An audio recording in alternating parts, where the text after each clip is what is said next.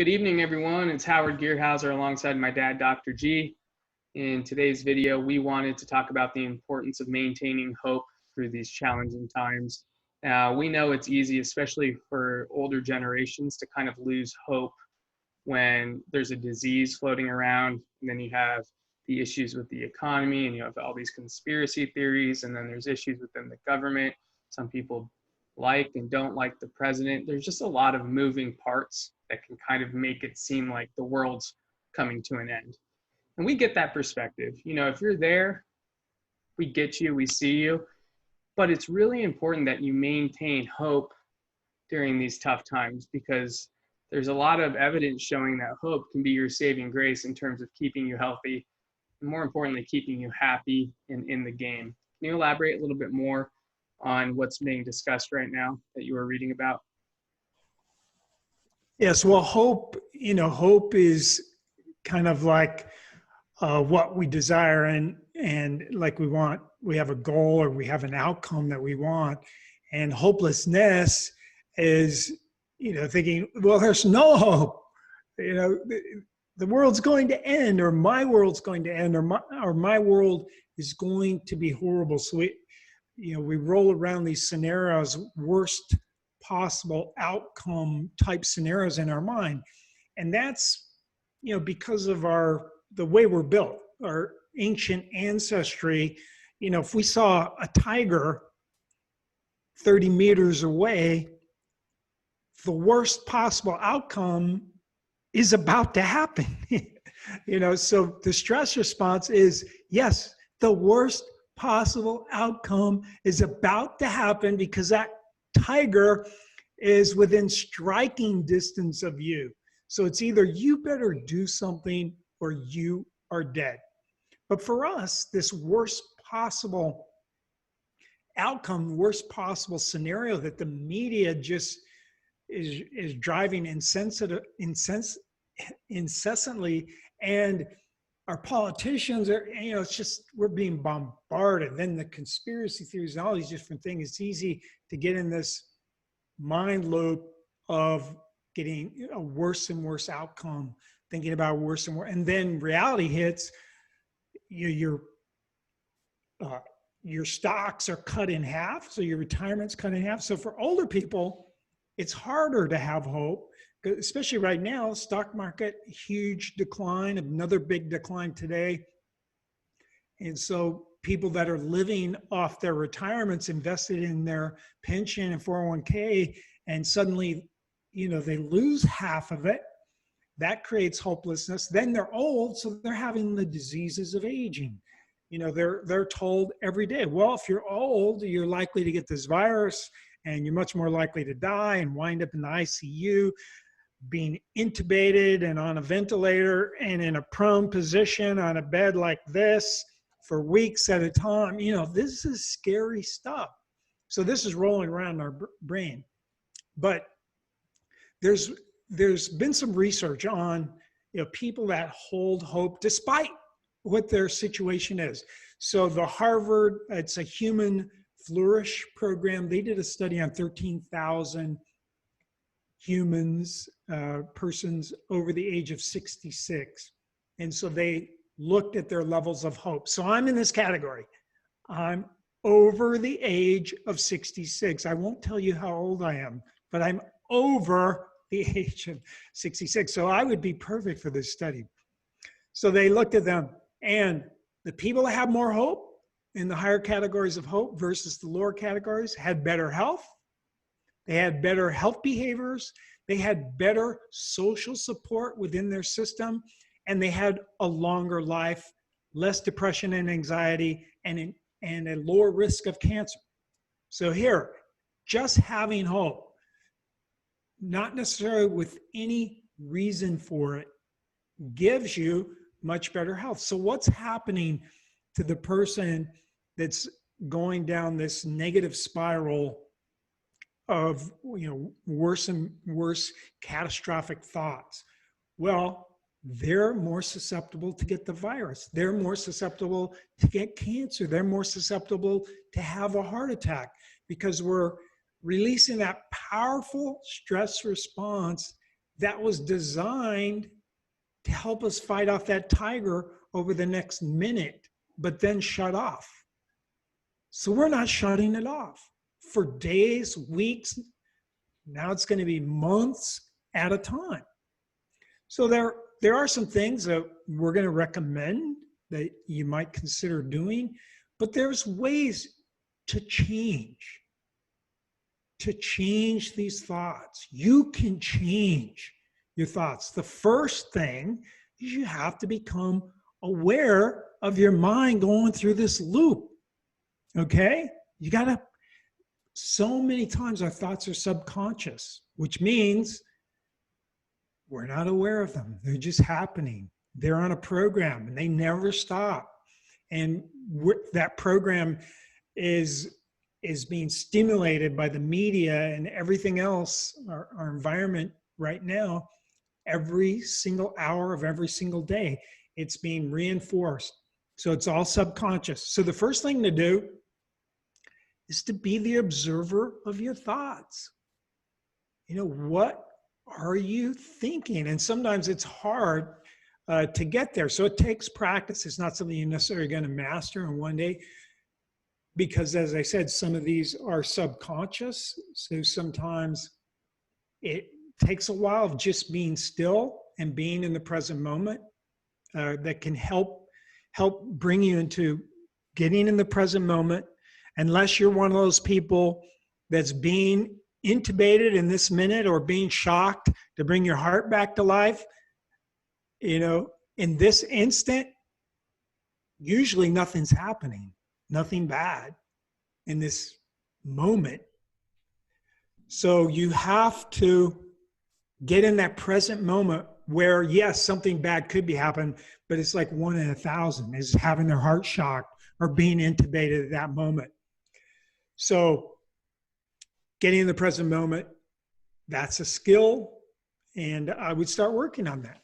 Yeah, and the other thing too about that, one way to kind of figure out, you know, am I running a negative thought pattern? Is negative programming going on? Is based off the way you feel, because it's kind of a cycle. So thoughts do trigger emotions. So if you're like, man, I'm feeling really anxious or really depressed or panicked or whatever it might be, that's your body's signal of what's going on upstairs inside of your brain. So if you're feeling panicked and anxious, go, okay, you know, the alarm kind of went off. Now I should become aware of what I'm thinking. So that's a really good indicator of you thinking negative thoughts, is it when you feel stressed out. So when you do that, you can then become aware, okay, what am I thinking right now? You know, am I going into, oh my God, my money's dwindling, or whatever it might be, the projection. So a really cool way to, and we're going to go into different strategies for this, but a really cool way to kind of quiet that voice that's giving you worst case scenario is, I like to picture a river. Okay. So when you're having these negative thoughts, it's like your little canoe is getting stuck on the bank of the river. So what you want to do is get your canoe back into the current of the river. So the way you do that is you put your hand on your heart and you start breathing and just focus on your breath. Slow it down to about 4 seconds in, 4 seconds out, and just focus on that. And then you'll get to a point, sometimes it's 30 seconds, sometimes it takes a few minutes, to where you're no longer feeling anxious or panicked, and you've reached this point of neutrality, and that's when you're back in the flow. So as my dad mentioned, awareness is the first thing. And if you're not someone who's like necessarily cutting out the time to meditate, which we recommend, just, you know, identify the way you're feeling. That'll bring awareness to your thoughts. And then if you're thinking in a negative thought pattern, do that breathing exercise to bring you to neutrality. And that's a quick way to dissipate those negative thoughts. And then there's more advanced steps, but that's a good place to start. So what else can we do in terms of upping our hope in times like these?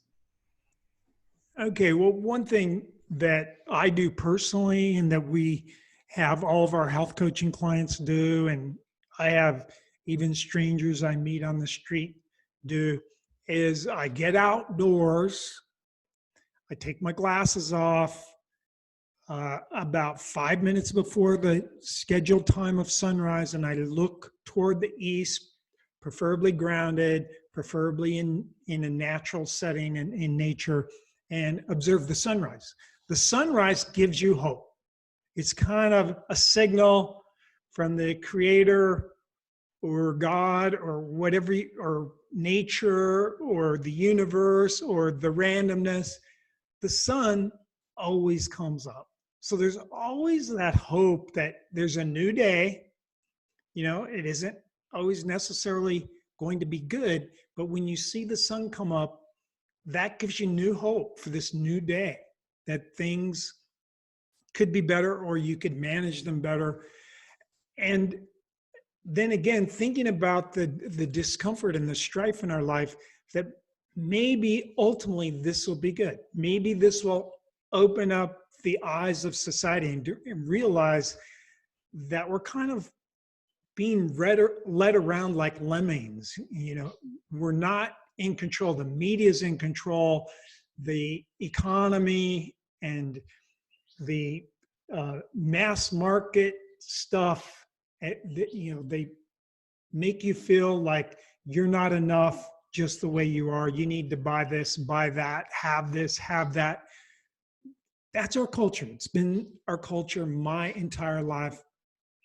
And maybe this is a chance to make some inroads, because it just seemed to be getting worse and worse every year. Even though I'm hopeful that things will change, but it could be that maybe people like me and maybe millions of others around the earth have been praying for something to wake us up. And so we could say, well, maybe this is good. And I don't know, but for me, that gives me a feeling of I can relax. I can't control this anyway. There's a greater intelligence that's in control, in my opinion. You may think things are random. If you think things are random, there's no need to worry about it either, because you can't control random things. So there's no sense losing hope, no matter what's happening. And it's going to help you, as the studies show. Every category of everything is helped. Whatever's going to happen is going to happen. You're not going to change it as an individual. But maybe if all of us kind of bring down the negativity that's out there, these negative vibes that are just so prevalent right now today, if we can tamp those down, it might help for a resolution. And hopefully it'll be something that ultimately, like I said, we'll look back on it and we'll say, wow, wasn't it, at the time that was scary. At the time, I hated losing half my money. That was such a drag. And, and all these different things. We go, but you know what? That started the movement that saved the world. It's possible. And that's my hope. Yeah, and I totally agree with that. I mean, it's kind of like seeing the forest from the trees. The other thing is too, is nature is very cyclical. Like prior to this coronavirus pandemic, we're having tons of wildfires, and nature was kind of like, we need to burn down kind of this old system, this old structure, in order to create new growth, the fertilizer for new growth. I look at this situation very similar to that. It's just a part of the cycle. You can't control it. Just realize that being that it's a cycle, we're going to have good days ahead, but you need to have these, forest burning down type days in order for new growth. And that's just the way it works. And as my dad mentioned, I think it might even be a few years from now, we'll look back and say, wow, that was the best thing that could have happened to us, because the way we were profiteering off Mother Nature and not caring about one another and totally about competition with one another, that might have ended the planet. So this might be the planet and God, the universe, whatever, really making us pump the brakes. So it's very hopeful when you look at it from that perspective. And as my dad also mentioned, we've been praying for something to force us to change, to care about nature, to care about one another. And I'm seeing a ton of that. People interacting, people excited to engage with each other, people slowing down and smelling the flowers. It's actually quite beautiful, in my opinion. So we'd like to hear your guys' thoughts. What else is making you hopeful in a time like this? Is there anything else you wanted to add? Yeah, I would say besides the sunrise, so the sun is a great example of, there's always a new day coming.